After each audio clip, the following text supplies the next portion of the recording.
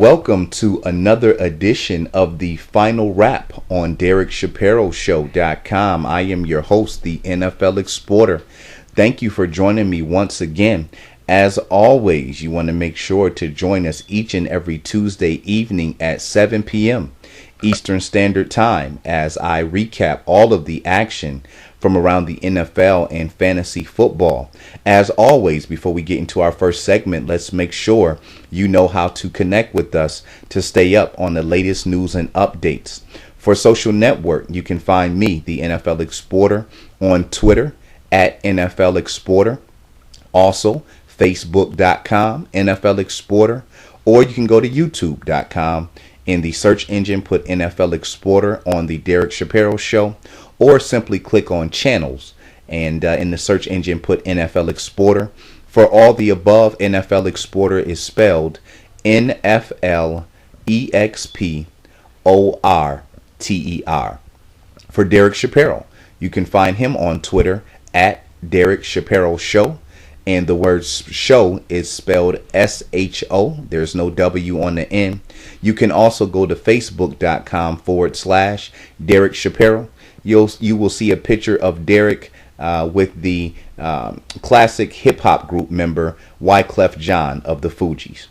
To be a part of the show, I certainly would like to hear from some of our callers and listeners. The call-in number is 716-249-0552. Feel free to call in to the show. And if you have questions, you need some fantasy football advice, or you just would like to chop it up about NFL or fantasy football, I would certainly love to do that with you. Or if you choose to use email, the email address is NFLExporter@yahoo.com. That's NFLExporter@yahoo.com. To start off our first segment today, we're going to jump into fantasy football. And as usual, we had a lot of top performers. And so let's go ahead and take a look at a list of those players. The top 5 quarterbacks in fantasy football from week 4 in the NFL was Eli Manning of the New York Giants, had a career day with 5 touchdowns. That was good for 32 points. Andrew Luck of the Indianapolis Colts continues to play at a high level. He had 392 passing yards, 4 touchdowns. That was good for 29 points. How about Aaron Rodgers of the Green Bay Packers? Completed 22 out of 27 passes, 302 yards, 4 touchdowns. That was good for 28 points. Phillip Rivers continues to excel. He had a big day against the Jacksonville Jaguars, passing for 377 yards and 3 TDs. That was good for 27 points. Joe Flacco had a big day. He passed for 327 yards, 3 TDs. That was good for 25 points. And Matthew Stafford of the Detroit Lions rounds out our top 5. He had 293 passing yards with 2 touchdown passes. Also scored on a rushing touchdown. That was good for 25 points as well. The top running back for fantasy football.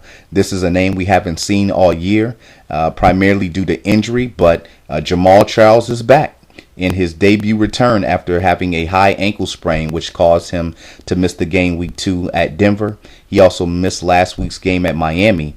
This guy returned with 28 big points, had 18 rushes for 93 yards and a touchdown, also caught 2 touchdowns. Jamal Charles is back in fantasy football. I know his owners have to be ecstatic. He had 28 points. How about Matt Asiata for the Minnesota Vikings? Had 3 touchdowns. He put up 27 points. DeMarco Murray continues to be a beast in fantasy football for the Dallas Cowboys. He had 149 rushing yards and 2 touchdowns. That was good for 26 points. Frank Gore found his groove, or I should say the 49ers gave him the ball enough to find his groove. Gore had over 100 yards on the ground, also caught a 55-yard TD reception. That was good for 22 points. And then we had Matt Forte of the Chicago Bears and Lamar Miller for the Miami Dolphins, each come in with 16 points. At the wide receiver position, it was Steve Smith of the Baltimore Ravens. Came out and absolutely went to work on his old team, the Carolina Panthers, to show them they made a huge mistake by saying that he was too old and letting him go. He is now with the Ravens, 7 catches, 139 yards, 2 TDs. This guy has a huge heart. Is a big-time player. I expect for him to continue to do well. He fits the mold of that Ravens team over there. He had 25 points. Antonio Brown of the Pittsburgh Steelers, man, this guy is on a hot streak right now. Had over 100 yards and 2 TD catches again. That was good for 25 points. The wide receivers for the Green Bay Packers both had big days. Randall Cobb had 7 catches for 113 yards and 2 TDs. That was good for 23 points. And Jordy Nelson had over 100 yards and 2 TDs. That was good for 22 points. Also, Eddie Royal, who was one of our top waiver wire pickups from last week, continues to play well. He had over 100 yards and 2 TDs. That was good for 22 points as well. How about Terrence Williams? Came in on a bye week for many teams. Also, a lot of owners, myself included, stuck him in the lineup when I seen a favorable matchup in what appeared to be a shootout against New Orleans. He came in and had 19 big points, had 70 receiving yards and 2 touchdowns. And then the veteran, Reggie Wayne, congratulations to him, moved up to 7th place all time on the NFL receptions list. He had a big game with 119 yards and a touchdown for the Colts.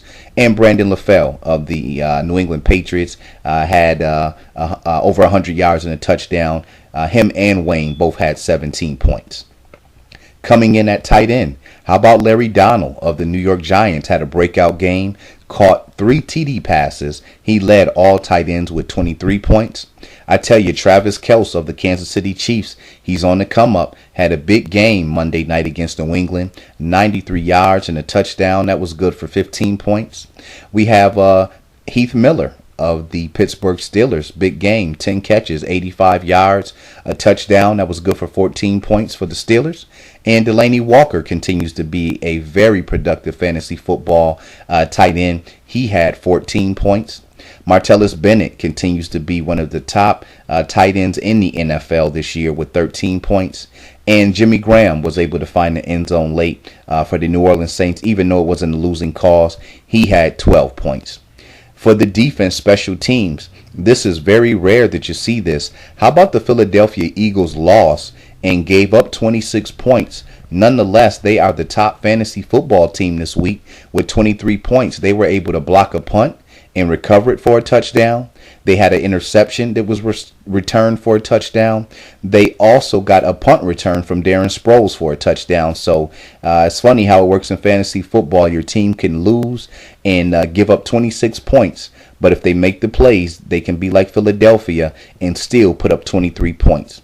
The Chiefs' defense was very dominant on Monday Night Football against Tom Brady in that struggling Patriots offense right now. They had 18 points. The Miami Dolphins dominated rookie quarterback Derek Carr over in London, took advantage of him for 17 points. The Giants' defense had 15 points as they blew out the Washington Redskins on Thursday Night Football. The Giants scored 15 points.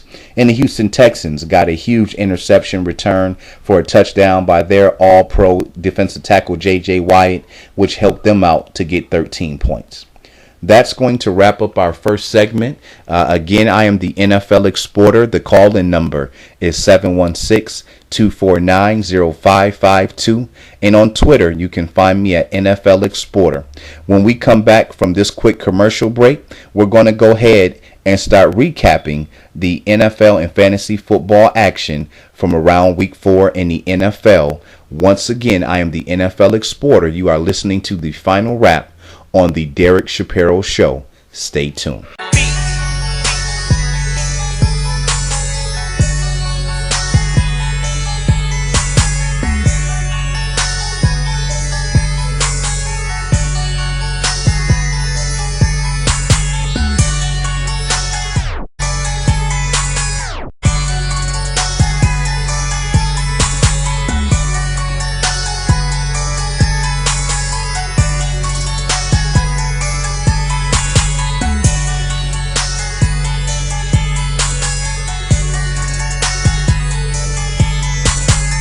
Welcome back to the final wrap with the NFL Exporter live on DerekShapiroShow.com.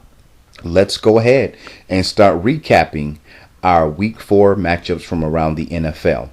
Things got started on Thursday Night Football as we seen the New York Giants beat down the Washington Redskins 45-14. As we talked about in fantasy football, it was all about Eli Manning and that offense. Manning had a career day, throwing 4 touchdown passes, also ran in a touchdown. Not a lot went on here for the Redskins.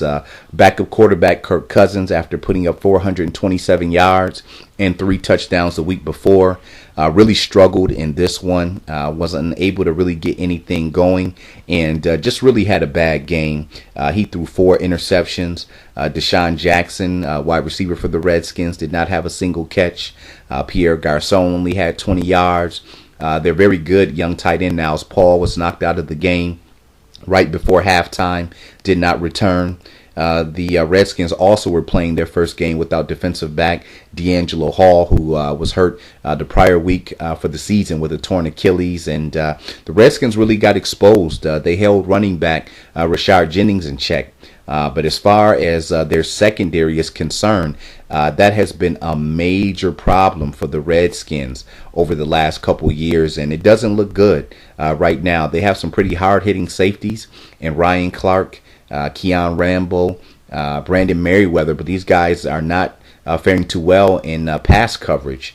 And so now you're looking at a Redskins team who is 1-3. They had a lot of hope coming into this season, figuring with RG3 back and all the weapons they have on offense. I do have to give Alfred Morris his credit.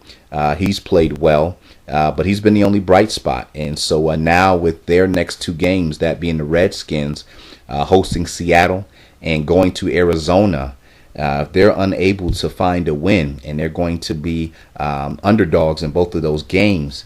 Their season is going to be in jeopardy. It's very difficult to come back from a 1-5 start.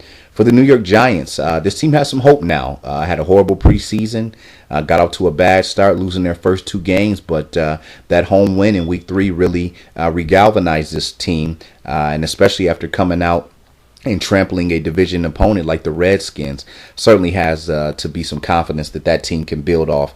The Giants are now 2-2. The Baltimore Ravens had put it on the Carolina Panthers 38-10. This is certainly a game where you have 2 teams going in opposite directions right now. You look at this Carolina Panthers squad, and they got off to a 2-0 start. Beat Tampa Bay, who we can see right now isn't playing that well. They also were able to get a big home victory over Detroit, but in Week 3, they were blown out at home against Pittsburgh, and this week they go to Baltimore and get embarrassed. For this Carolina Panthers team right now, they're decimated at the running back position. Nobody really had a lot of hope for their running game coming into the season. They're having issues on the offensive line. They lost their top tackle, Pro Bowler Jordan Gross, in the offseason due to free agency.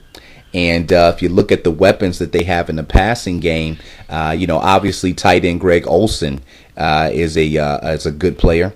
Rookie Calvin Benjamin certainly is showing a lot of talent, but outside of those 2 guys in the passing game, there's just not a lot of talent. You have Jason Avant and Jericho Cotchery, but those players are much older now. And so they've got a lot of work to do in Carolina on the offensive side of the football. That's one of the reasons why we had them not winning as many games as they did last year, because the recipe for success on offense, it just wasn't there, especially considering that Cam Newton hasn't shown the ability to throw the ball 30 to 40 times a game and have success. And that's really not what this Carolina Panthers offense requires him to do. So not only are there problems on the offensive side of the football for Carolina, it's also on defense. This is a defense that ended last year being in the ranked in the top 5 to 10 defenses, and right now teams are just pretty much doing whatever they want to them, and so they're going to have to find a way to improve out in Carolina. Meanwhile, for the Ravens, they improved to 3-1. They got a huge game from wide receiver Steve Smith. Talked about him being the leading wide receiver and fantasy football this past week. And he really came out focused, really came out motivated, gave his team a huge lift. I know this is a game he has circled since joining the Ravens and when he seen it in the preseason. And he came out and show improved. Obviously, you could see the Carolina definitely could have used his services this year. Nonetheless, it is the Ravens who are enjoying Steve Smith, who is just a perfect fit for their team. He really brings a lot of attitude and toughness mentally and physically to that team. So he's proved to be one of the best free agent pickups thus far. Also, the Ravens are getting their running game going a little bit now. You're seeing running back Justin Forsett as well as rookie Lorenzo Taliaferro starting to take over that load. And Joe Flacco has been efficient in the passing game. It certainly was a game where the opportunities were there and he took full advantage. And so, Baltimore's defense plays well at home. And coming into the season, we did have the Ravens being the team who we thought had the best shot at competing for a division crown against the Cincinnati Bengals. Green Bay was able to rebound after a pretty poor performance in Detroit the week before. Aaron Rodgers, mentioned him in fantasy football. This guy came out and in the opening drive just was throwing bullets and darts all over the field. He was feeling real good about himself. He has a good history against the Chicago Bears and just really went to work. Eddie Lacy did not have success running the football, so that's going to be a concern moving forward. They've got to find a way to run the ball more effectively. But if Aaron Rodgers is going to get protection and be as dead on as he was this past Sunday, then he's always capable of putting up big points. Again, both of his wide receivers, Jordy Nelson and Randall Cobb, went over 100 yards and had a TD. They are now 2-2. The Bears dropped to 2-2. They got off to a real hot start in this game, but I seen them lean away from the run, which is unusual. Matt Forte had 122 yards on 23 carries. They actually did a great job of running the football, but end up passing more than, in my opinion, what they should have, and it ended up costing them because Jay Cutler threw two very costly interceptions while that game was still very close. Green Bay was able to capitalize on those turnovers. You see, Chicago wide receiver Brandon Marshall is not at 100%. He may end up having to sit out a game just to get himself back fully healthy. He did score a touchdown, but that was about it. Only had 16 receiving yards. And, it's really the Bears' defense as well. Just got to step up. They did play this game without defensive end Jared Allen, but I think this was a reality check for Chicago. In the two games they've won, Jay Cutler has not turned the football over. They've been able to get turnovers. In the two games they've lost, they've turned the football over. And so I think that Chicago really is going to sit back and really try to shore up the things they do in their game plan, because it's quite obvious right now the things that they need to do to win football games. Houston was able to get a big effort from J.J. Watt. Their star defensive tackle made the game-winning play. Houston won this one 23-17, and it was Watt's 80-yard interception return for a touchdown that ended up being a difference in this one. Now, for the Buffalo Bills, the biggest news coming out of Orchard Park this week is that they are going to bench their second-year quarterback, E.J. Manuel, who honestly hasn't played that bad. But the Bills have a very stout defense, and they feel like veteran Kyle Orton is going to give them the best opportunity to win and make some more plays in the passing game. And, when it comes to Manuel, I felt that the offensive line isn't playing that well. The running game isn't there. And you have young receivers. I mean, his starting receivers are a rookie, a second-year guy. They've got a veteran. He's only 5 years in. Mike Williams, they brought him over from Tampa Bay. So you got young wide receivers and, a tight end who isn't that fast. And so certainly Manuel's going to get the blame, but I think their offense overall can do a lot more to help. I don't think Kyle Orton is the answer, but we will certainly see people feel that he's going to be able to complete passes down the field, which seems like it's been an issue for Manuel. Again, as I mentioned, the Bills' defense played very well. They have all season long. They're 2-2 now. We'll see how things work out for them moving forward. For the Houston Texans, they shouldn't be too encouraged by this win. Weren't able to run the ball effectively at all. Arian Foster did return after being injured, but again, the Bills do have a top 5 run defense. Quarterback Ryan Fitzpatrick, though, continues to turn over the football, 2 interceptions. And again, if it wasn't for J.J. Watt's big play, this is a game that Houston would have lost. And so, Andre Johnson continues to struggle. Did have 70 receiving yards, but fumbled. DeAndre Hopkins continues to be the guy making it happen in the passing game there. So I'm looking at this Houston Texans team being very average right now. That offense still is not able to play at a level to complement how well they're playing on defense. The Bills are now 2-2 as well. Indianapolis Colts got a huge victory at home, blowing out the Tennessee Titans 41-17. I think we all seen this one coming, especially when the Titans announced they were going to roll with their backup quarterback, Charlie Whitehurst, who wasn't going to be that big of a drop-off from Jake Locker. But right now, the Titans are just struggling on offense. They're another team who's running the football very ineffectively. Have some young wide receivers, a second and third year guy starting. Have a veteran that's really not scaring anybody. Their tight end, Delaney Walker, we mentioned him in fantasy football. He's the only one that's really playing at a high level. And it's just putting too much pressure on this Titans defense, who is one of the better units in the NFL, believe it or not, but they're on the field way too much. And Andrew Luck is certainly playing at a very high level. Back-to-back weeks with over 350 passing. Back-to-back weeks throwing 4 touchdowns. He's really clicking on all cylinders. Unlike E.J. Manuel, unlike the Titans, his receiving core is well intact. You've got T.Y. Hilton in his third year, savvy veteran Reggie Wayne. You got Hakeem Nicks. You have a couple good young tight ends and Kobe Fleener and Dwayne Allen. And so the Colts have improved to 2-2. And they are certainly starting to round into form. Their defense is underrated, but playing really well. We certainly want to see them play some better teams, though. Beating up on the Jaguars and the Titans is nothing to brag about, but they did dominate them, and I think that's the thing that you like. It wasn't like it was a close game. They really came out and took it to both of those teams. Tennessee is now 1-3. The Detroit Lions were able to get a big road victory, beating the New York Jets. You knew this game was going to be close. Calvin Johnson came in hobbled up with an ankle injury. He did get out there and play. Was more of a distraction or a player out there really to kind of just keep the Jets defense keep the Jets defense honest and guessing. But Matthew Stafford came out and had a big game. I think that's something we needed to see from him. He was one of our top 5 rated fantasy quarterbacks coming in, and he took advantage of this Jets secondary. Right now, what you're seeing from the Jets is this on defense. They have a very stout front 7. They lead the league against the run. They can certainly get after the quarterback. But when opposing quarterbacks have time, this secondary is unable to hold up. You've got a bunch of no-name guys back there. Let's face it. Calvin Pryor, who's a rookie, he's pretty decent.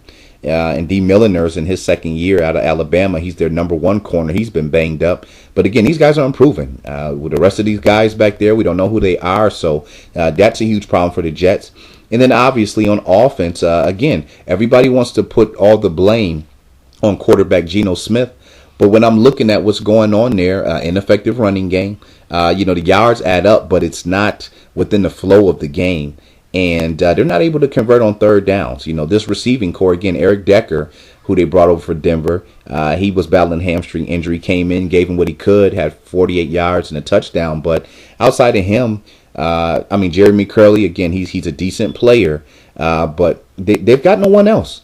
And so while Geno Smith is shouldering the blame, I'm looking at what pieces do you have around him? What are you expecting? He's a second-year quarterback with hardly any good players to throw the football to. So that's the case there. For Detroit, weren't able to run the ball, but again, Matthew Stafford had an excellent game. I think that this is going to be one where we're going to see him really pick his play up as he's going to have a lot of confidence to build off. And when Calvin Johnson is back to 100%, obviously that's going to make Detroit more dangerous.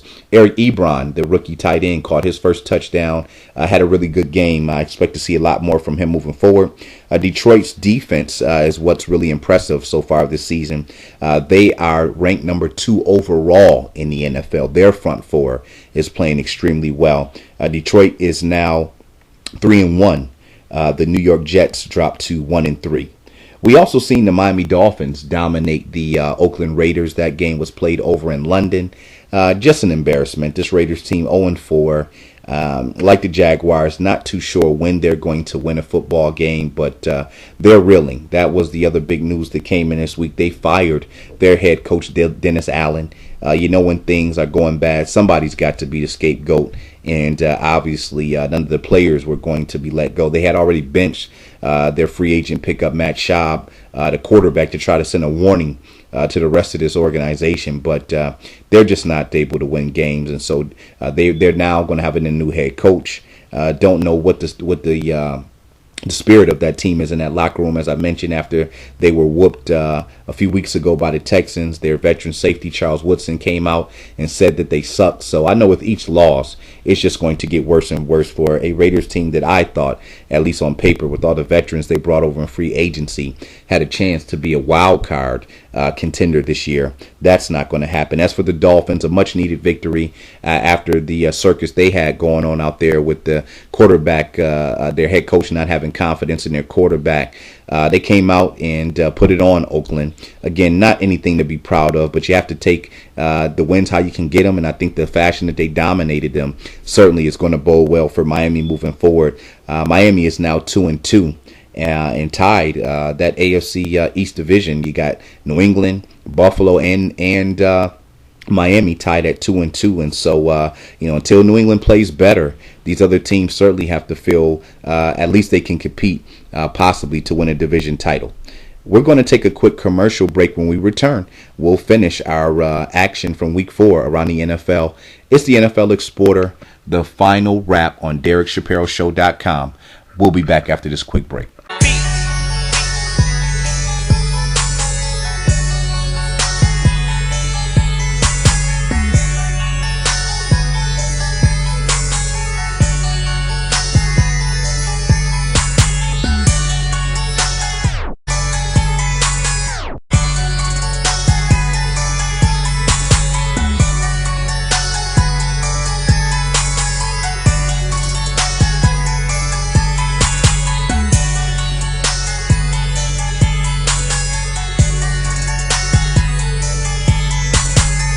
Thank you for returning to the final wrap live on DerekShapiroShow.com. Once again, I'm your host, the NFL Exporter, and you want to make sure to be here each and every Tuesday, 7 p.m. Eastern Standard Time, where we talk fantasy and NFL football, recapping all the great action from the prior week.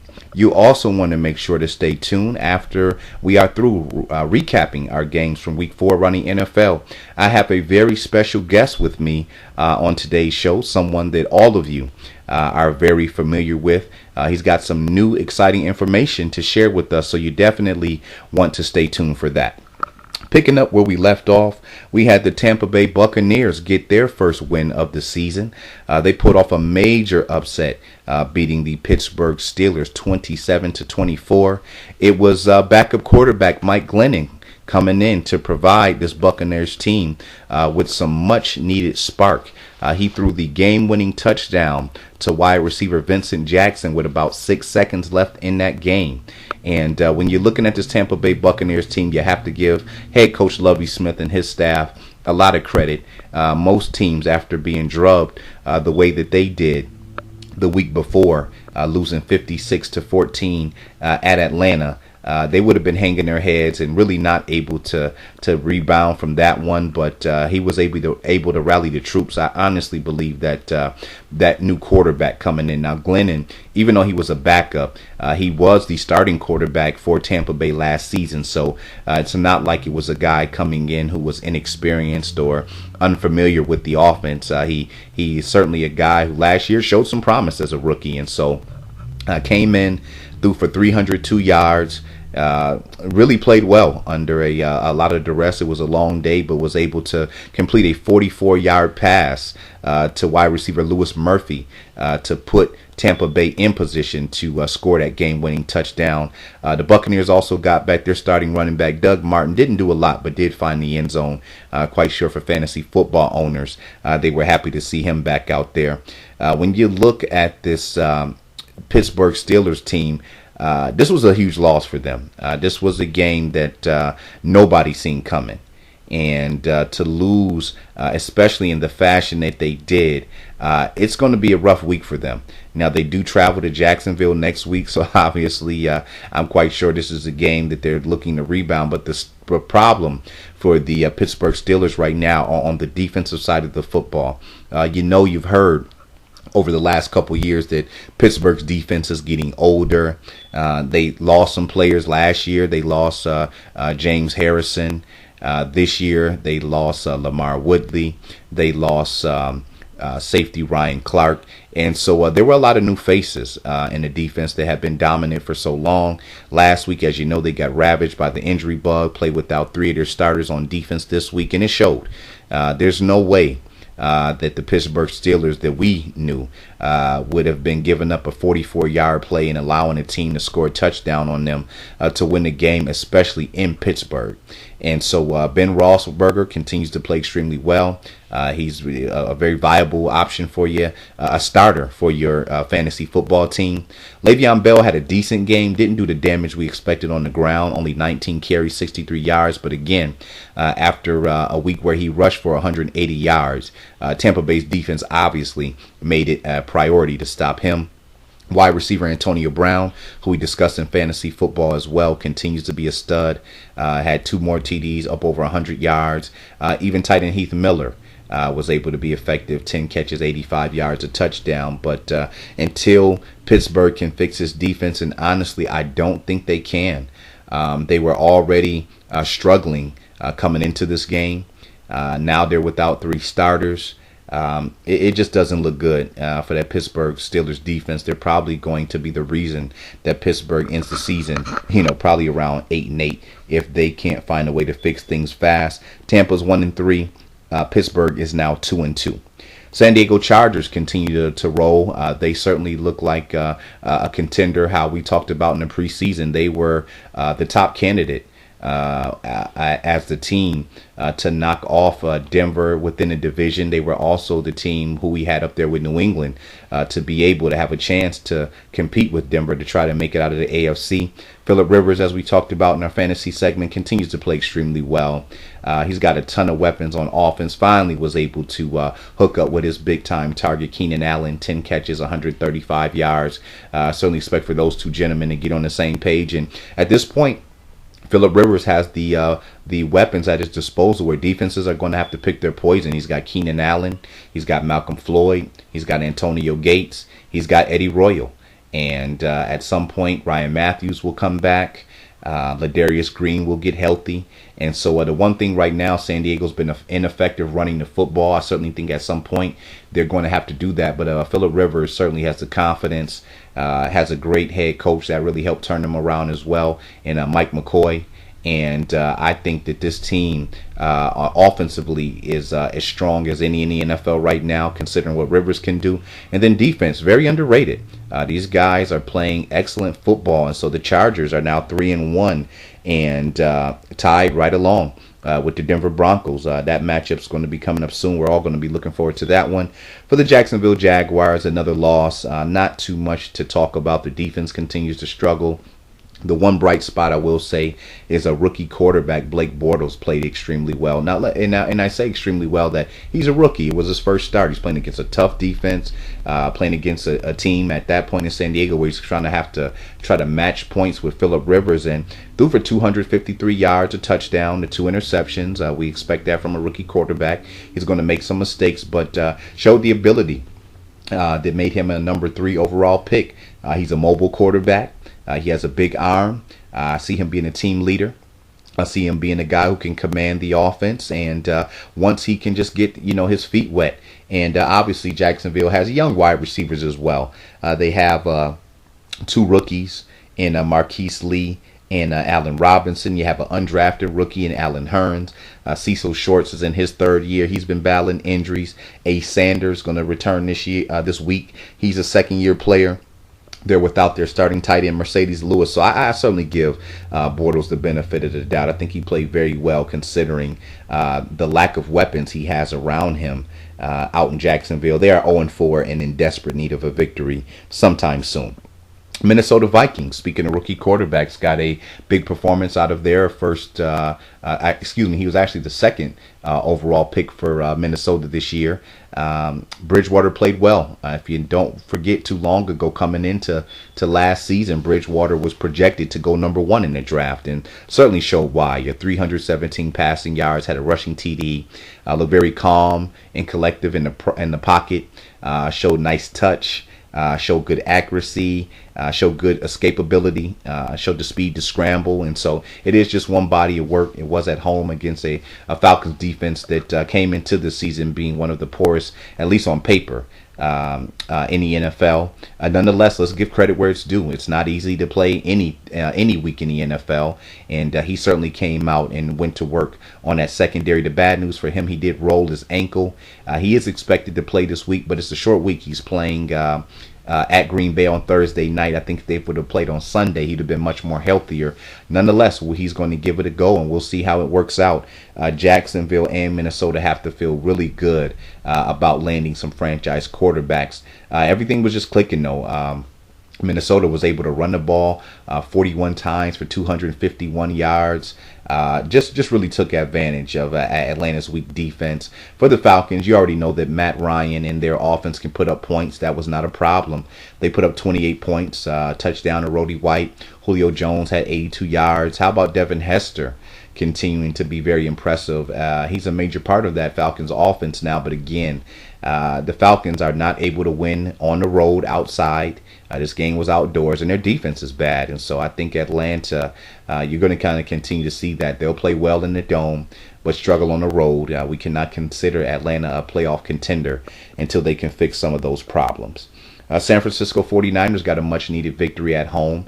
The defense stepped up to the plate. The Philadelphia Eagles' high-flying offense was grounded.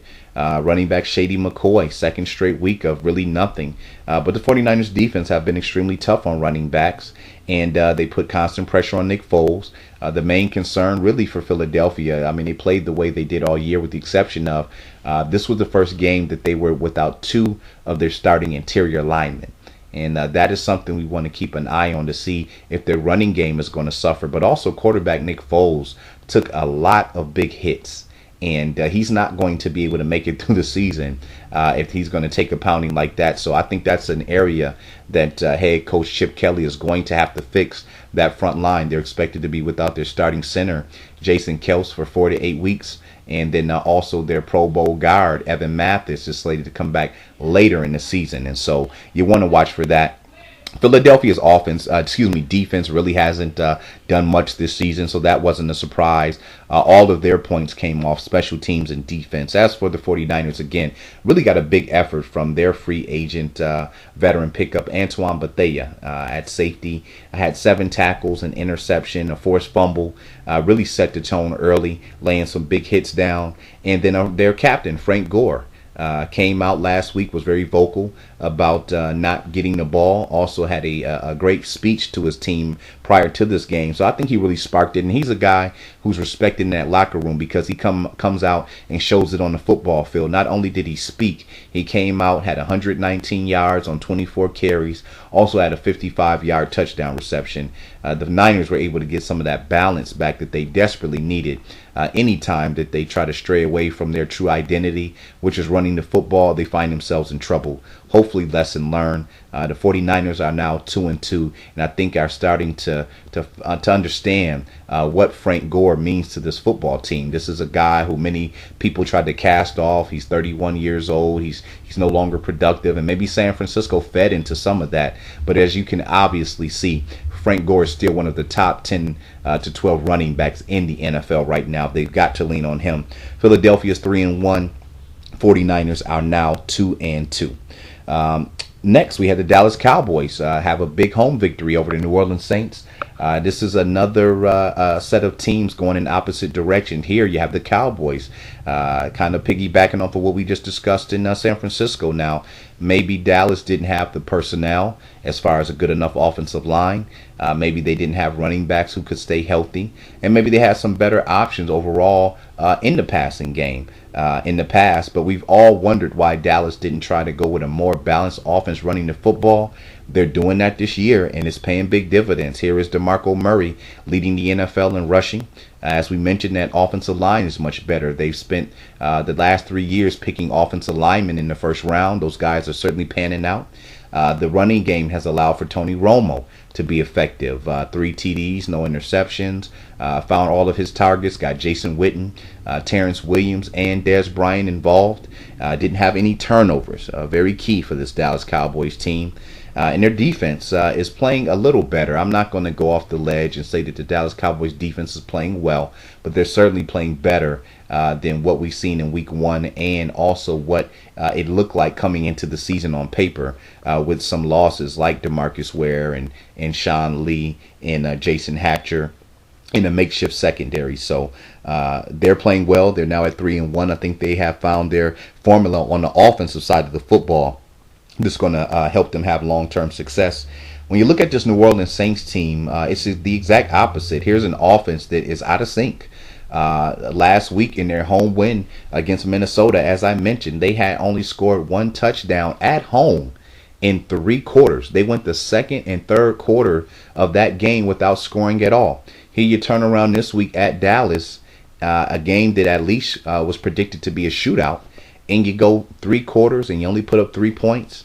When is the last time that Drew Brees and this vaunted Saints offensive attack has put up so little points? And it has to do with inconsistency. This is a team that refuses to run the football. Here you have a running back in Kyrie Robinson, 8 rushes for 87 yards, but New Orleans just does not want to run the football. And so I think that thus far this season, it's proven to be a problem for them. And when I say run the football, I mean running it consistently. You know, sometimes the stats at the end of the game can be deceiving. You'll see the Saints, 26 rushes, 110 yards, but it was so sporadic, and so the passing game is not where it needs to be. Drew Brees is, basically week to week, with the exception of Jimmy Graham, having to spread it out to basically, let's face it, outside of veteran Marcus Colston, who seems to have lost a step and hasn't really put up numbers we would expect. He's got young guys. He's got Kenny Stills. He's a second-year wide receiver. You got Brandon Cook, who's a rookie.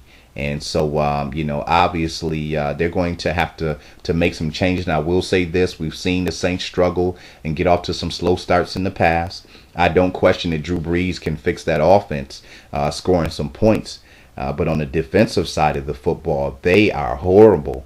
Rob Ryan, their defensive coordinator, he has some personnel, but they don't have any type of pass rush right now. Cameron Jordan isn't getting to the quarterback. They're getting gashed in the running game. And that secondary, I'm surprised. You have Keenan Lewis, a pretty good defensive back. You bring over Jarius Byrd, team him up with Kenny Vaccaro at safety. But, things change year by year. Byrd isn't playing that well, and Vaccaro certainly isn't playing as good as he was when he ended his rookie season last year. So, again, this is a team that when they struggle have found ways to win within the division to be successful. And when you look at their division, the way that Carolina's playing, the way that Tampa's playing, with Atlanta's inconsistencies, you don't want to push the panic button yet, but this New Orleans Saints team is going to have to figure it out fast. They certainly don't want to drop to 1-4. Got a big division game coming up this week against Tampa Bay. And in Monday Night Football, the New England Patriots were embarrassed 41-14 by the Kansas City Chiefs. Have not seen New England's team perform that poorly since Bill Belichick and Tom Brady have taken over out in New England. Let's just go with the facts here. The Patriots were exploited in areas where they are weak. Their offensive line is struggling. Therefore, the Chiefs have one of the top pass rushing duels in the league with Justin Houston, Tamba Ali. They got to Tom Brady early and often. We know if you get to Tom Brady in that pocket, he certainly becomes uncomfortable. With the offensive line struggles for New England, ineffective running the football made New England one-dimensional, and again, not the team you want to be passing every down against Kansas City in that pass rush. Let's look on the defensive side of the football. They got no pass rush, which allowed for Alex Smith to sit back in the pocket and scan the field and find receivers running open through a secondary I thought was much improved with Darrelle Revis. And they also brought over Brandon Browner from Seattle. But, I mean, if you've seen how wide open these receivers were for Kansas City, It was pretty shocking. And then we know that New England has trouble stopping the run. And Jamal Charles and Niles Davis made him pay with over 200 yards rushing on the ground. And so when we're looking at this New England Patriots team, we're saying to ourselves they have major issues to fix. Their offensive line, stopping the run, getting more explosive plays in the passing game. And honestly, I don't know if they have the wide receivers to do that. And so it's going to be real interesting to see how Bill Belichick is going to make the adjustments for a team right now that just isn't playing well. As for the Kansas City Chiefs, they have to be very confident after getting off to an 0-2 start, and they barely lost that game week 2 at Denver 24-17, in which they played without Jamal Charles. Got a big victory on the road last week in Miami. Obviously, putting it to New England like that is going to be a confidence builder, and you see Kansas City wanting to use the formula to success they had last year, which was an effective running game, utilizing Jamal Charles being one of the top playmakers in the NFL, Alex Smith being an elite game manager. If nothing's there, he throws the ball out of bounds. They punt it away. He makes good decisions. This is a very short passing game. And on defense, a stout front seven, great pass rushers, and an opportunistic secondary. And so I think Kansas City has found their groove, and having Jamal Charles back certainly it bodes well for them. The Chiefs are now 2-2, as well as New England. That wraps up all of our NFL and fantasy football action. When we come back, we're going to be speaking with Derek Shapiro. That's right, the man himself, Derek Shapiro. He's got a new reality TV show coming. He's got a new movie coming. So make sure to come back to the final wrap with the NFL Exporter exclusive interview with the station's own Derek Shapiro coming up after these messages.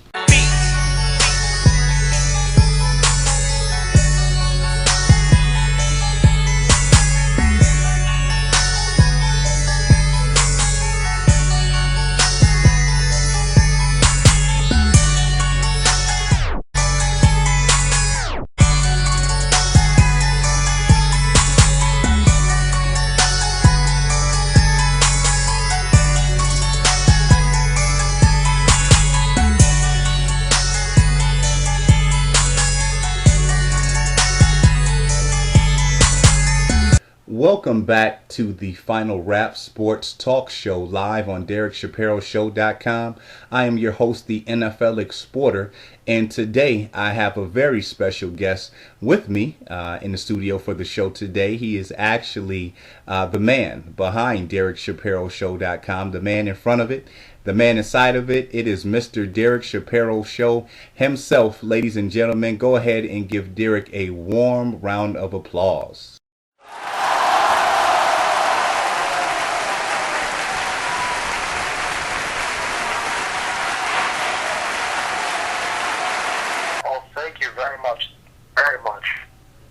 So how's it going today, Derek?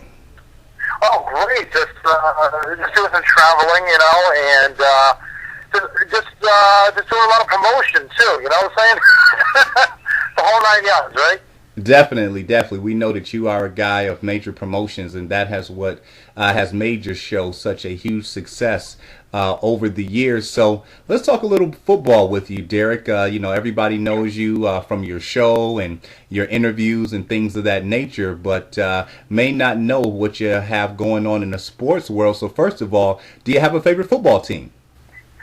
Of course, Tom Brady and the New England Patriots. I'm telling you. Me coming from New England, and living primarily in the Boston, Rhode Island area, I love my Tom Brady and the New England Patriots. Okay, I think that would certainly be a fair enough guess or assumption. Like you said, you come from that area. Don't think it would make any sense to cheer for another team, especially with all the success the Patriots have had over the last decade to 15 years. I have to say, I got to get off you. I do love the Atlanta Falcons, too, because, I live in Atlanta, too, So I do support the Atlanta Falcons, too.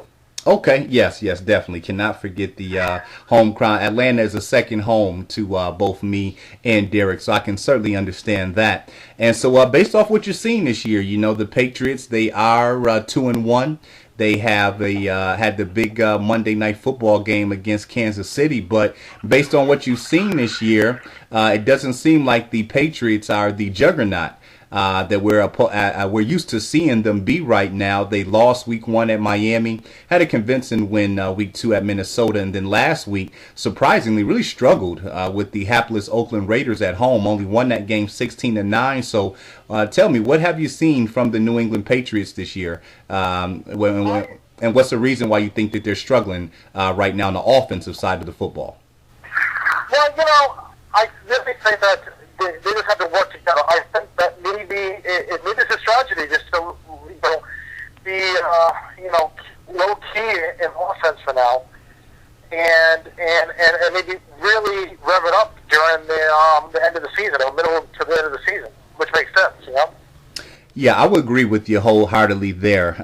It's not only the Patriots. I've seen quite a few offenses, and the offenses usually take a little bit more time to get in sync and in rhythm than the defenses. But I would certainly say that for the Patriots, that there's certainly a team that is still trying to put a lot of pieces to place. When you think back to New England a couple years ago when they were really taking it to teams, you had guys like Wes Welker, tackle Matt Light, guard Logan Mankins, you had Danny Woodhead, you had Aaron Hernandez, Rob Gronkowski was healthy, so Randy Moss is no longer with that team. Wes Welker has moved on. You know what happened with Aaron Hernandez. Gronkowski is trying to get back to 100%.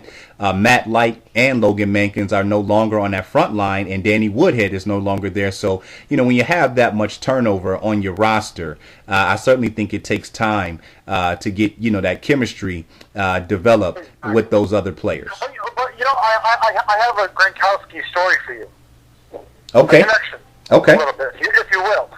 Now, I don't know how well, but okay, see, in Cranston, Rhode Island, where my other office is, down the road is a Whole Foods, okay? And Gronkowski was at the Whole Foods about a few months ago, okay? Maybe about back in March or April. And my father goes there religiously, and I mean, it's just astonishing how I go there every so often when I'm in Cranston, back and forth from Massachusetts to Rhode Island. And imagine if I bumped into Gronkowski. I'm telling you, that would have been something, Yeah, definitely, especially how big this guy is. He's pretty massive in size. So I know that would be a pretty interesting sight there. He was in a wheelchair too. The pictures were he was in a wheelchair at the Whole Foods, because of course he was injured last year, Yeah. Yeah, when he had the last season, he ended up tearing his ACL. So you probably caught him at a time he was recovering. Exactly. Now, and the ACL, not mistaken with the ALS challenge. I know, right? I know, that's pretty interesting. Yeah. Definitely. Okay, so Derek, why don't you tell us, you have some great new projects that are about to release soon. You have a reality TV show that's coming up. You're quite the character and personality. I could certainly understand why the cameras may want to delve into your everyday life. So why don't you tell us all, the name of the reality show, when we can expect it, and let us know what's going on with the new reality show you have coming soon. Well, it's just me. I'm the executive producer of it. I just want to kind of dive into down in my life a little bit, and just me me away from the Derek Shapiro show. Me away from being an actor. I just want to get the real me, and you'll hear my kids in the background. I don't show my kids, but I show my friends who's in my movies. I show Vinny Bucci's in it. The reality show, I feature him in it. I went down to Atlanta. It shows me interacting with my friends. Me being me, Derek Shapiro. Me being goofy me. So it's kind of like not censored. But there's no swears in there. And it's debuting every Friday on the DSSTVstation.com at 9 o'clock. Okay, well, that sounds very exciting. I know that all of our fans and listeners and your friends will definitely be looking forward to that. Like you said, really give us an opportunity to see Derek Shapiro when he's not working, when he's not promoting, when he's not on radio, when he's not the businessman. And like you mentioned, you have those two beautiful kids there. Me and you talk quite a bit, and they're always, you're picking them up from school and things like that. So I think people will definitely welcome to get an opportunity to see Derek Shapiro, not the Derek Shapiro show, show. Now, not only do you have a reality TV show that's starting soon, you also have a new movie. Why don't you tell us about that? Yes, new movie. It's called Horror Night. I play Rottweiler, the killer. And it's a great movie. All my friends, which has been on my other movies, and J.C.J. Javoris, he plays the reporter, U.S. Moth, David in it. Buddy Love Herring, James Buddy Love Herring, who's an R&B singer in the New England area. He plays a killer. We have Daniel Quick, who's been in my other films. She's in it. Serenity Rose, who's been on all my films. Vinny Bucci, who's been in all my films. He's in the movie. And Vinny Bucci gets killed in the movie. But I can't tell you what happens to Vinny Bucci. It's like, I haven't said this much. The people who get killed could be resurrected. You know what I'm saying? In a way that won't expect. You know what I'm saying? But I scare myself. I play a killer. I play a bad guy in this movie, which is so cool. Wow. Okay. Now, for many of us, people didn't know. A lot of your fans and listeners were unaware that you actually done movies in the past. And so why don't you tell us what were some of the, how many movies have you done in the past? My first movie was The Case of the Radio Show Host, where my character had amnesia. Then, of course, my most famous role to date, No Lips, No Teeth, when I played Tricky Seymour. I just finished up the sequel, which will be out in March. But Horror Night is my first horror movie, get away from the comedy kind of a little bit. And I think it's going to be good. It's going to be this Wednesday debuting on the movie internet channel.yolosite.com at 8 p.m. And it'll be up there under the Horror Night. Just click Horror Night under movie internet channel.yolosite.com. Okay, wow. So this is a horror movie. Very interesting. All right, well, we will certainly be looking forward to checking that one out. So before we get out of here, Derek, once again, why don't you give your information, let everybody know what day, what time, what website or what network that they need to be on each and every week to start watching your reality show. And then once again, just let us know what date and what website that was and under what section we can check out your new movie. Okay, so of course you're going to be featured in a new movie too, in Horror Night.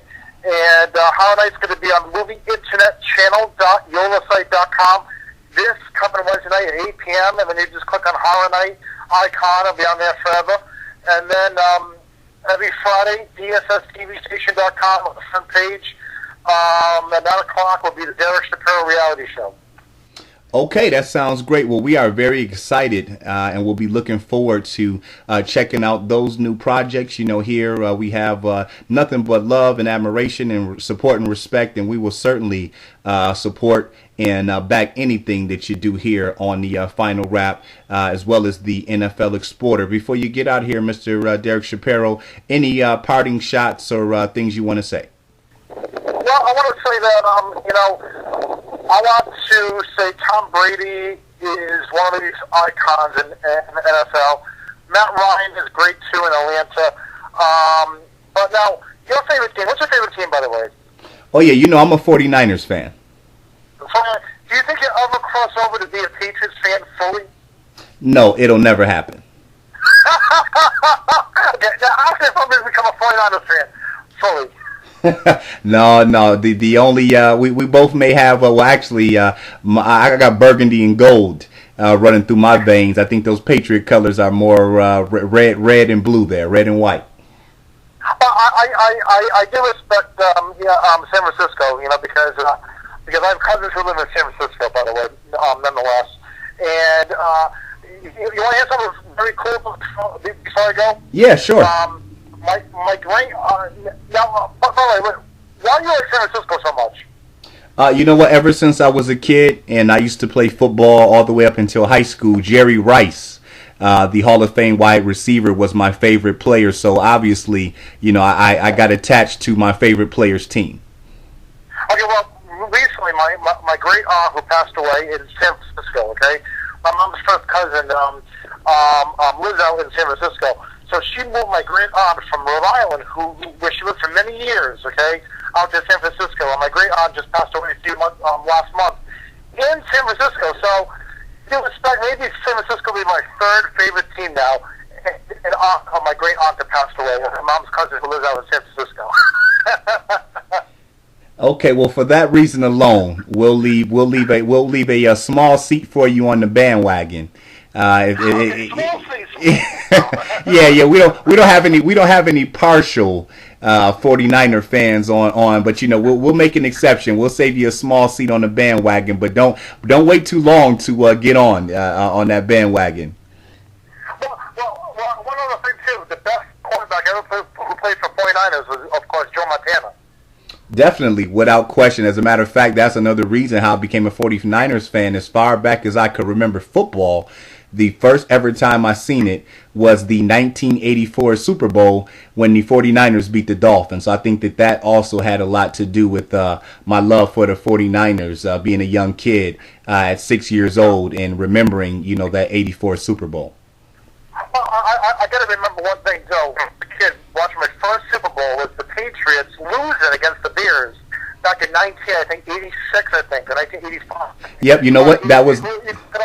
And we had all shirts, bury the Bears, and boy, I tell you, the Bears bury the Patriots.